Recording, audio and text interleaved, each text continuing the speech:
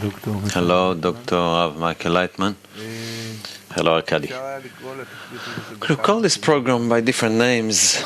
I think even endless, a numerous number of names. I call it I and the Creator. You can call it reality and imagination. All this contradiction between the person and the upper force. And I came quite skeptic because it's very hard for me to believe that I'll succeed in receiving an answer right to the guts. I really try to aim there because many times I see things from the side, your lessons, and it's fascinating. It's on the borderline seeing a science fiction movie. On the other hand, to the same extent, it sounds so fictitious that it doesn't feel real. So I'd like to investigate that point a bit because it bugs me on a daily basis.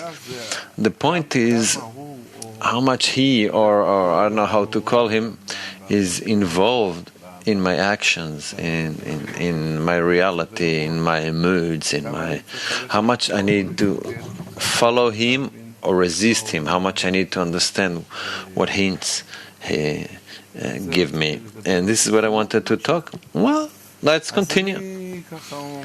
So I say, asking, why does it take a long time to even remember that he exists? And even when you finally remember, I speak only of myself, right?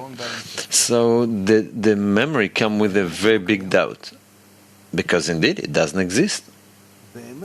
Indeed, he does not exist. As long as he isn't clothed in you and you're feeling his reality, till then it doesn't exist. We are speaking only of the person who attains. If one does not attain, then it doesn't exist. Meaning all kind of things occur to me and they don't relate to him. If they aren't related, they aren't related. I'm asking. Well, it's up to you. I'm asking you when a person,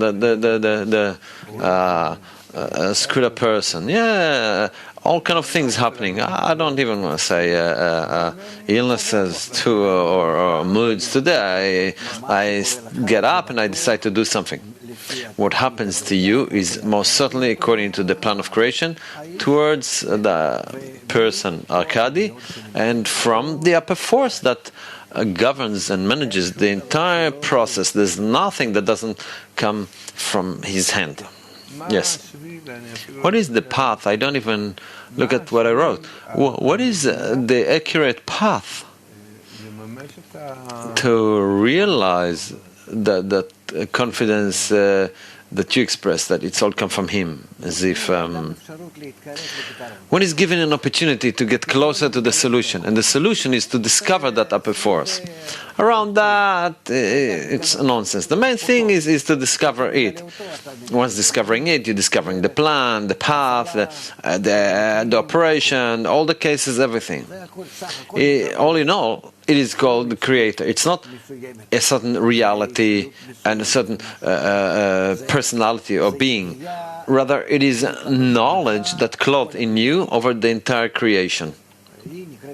It is called Boe, Creator. And as long as it isn't revealed, we can only be equipped with a faith in the sages, meaning people who have already attained him, and then they recommend to us what to do in order to shorten up the process, to also attain him. And that's it. And there is no solution for our situation other than discovering him. You don't need to be nice and good and this and that. None. You need to do actions that reveal the Creator. That's it. This is the only action we need to do, and this only action resolves everything. However, where's my however in the most accurate place? It's hard for me to point out because I change too. Person undergoes different states.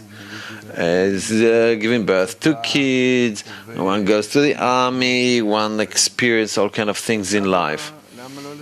Why not calling it certain coincidence that occur? Call it coincidence, who cares? What difference does it make? And a collection of psychological states. I saw joy, I become happy. I saw blood in the army, I turned scared and sad. Why? I want to believe that it's all from him, but what are we to do with all that science, so-called psychology? It's the wrong observation. The Creator is the general law of nature. It's not some desire that wants this way and wants that way. It's a general law of nature. This law is called complete or total absolute bestowal. To the extent that you're in line with this law, you take its influence upon you as good. To the extent you're not, you take its influence upon you as bad. That's all. The Creator does not change. The Creator is the force of love and bestowal that engulf all of reality. To the extent you're similar to it, you'll feel like it. Good. Now, I'll tell you where's the complexity. In your way, now you cancel, and rightly so from your point of view, because many times I can also connect to that. Many professions, many states, psychologists sit treating all kind of people's traumas, psychiatrists treat all kind of traumas as if all that basically shouldn't have existed if people would have believed in upper force. Not believing, had they resembled an upper force, meaning there are many cases that if I translate you into Hebrew that are redundant, that their research is redundant. Obviously, all that we are doing in this world is redundant. Everything. There's only one thing: to resemble Him. That general law of love and bestowal. That's it. If we, in such manner, will advance, then indeed we'll reach happy life. Without death, without this world, without simply resemble Him also when you feel bad. Also, you won't feel bad. No, but the first step in love is starting. Well, for example, very simply, I feel good, then I love. I feel bad about it, then I hate. Correct. Now, if you want, it's like there's a quote, there's saying, there's no person who does bad, there's a person who feels bad. When I feel bad, I'm not pleasant for the environment. When I feel good, then...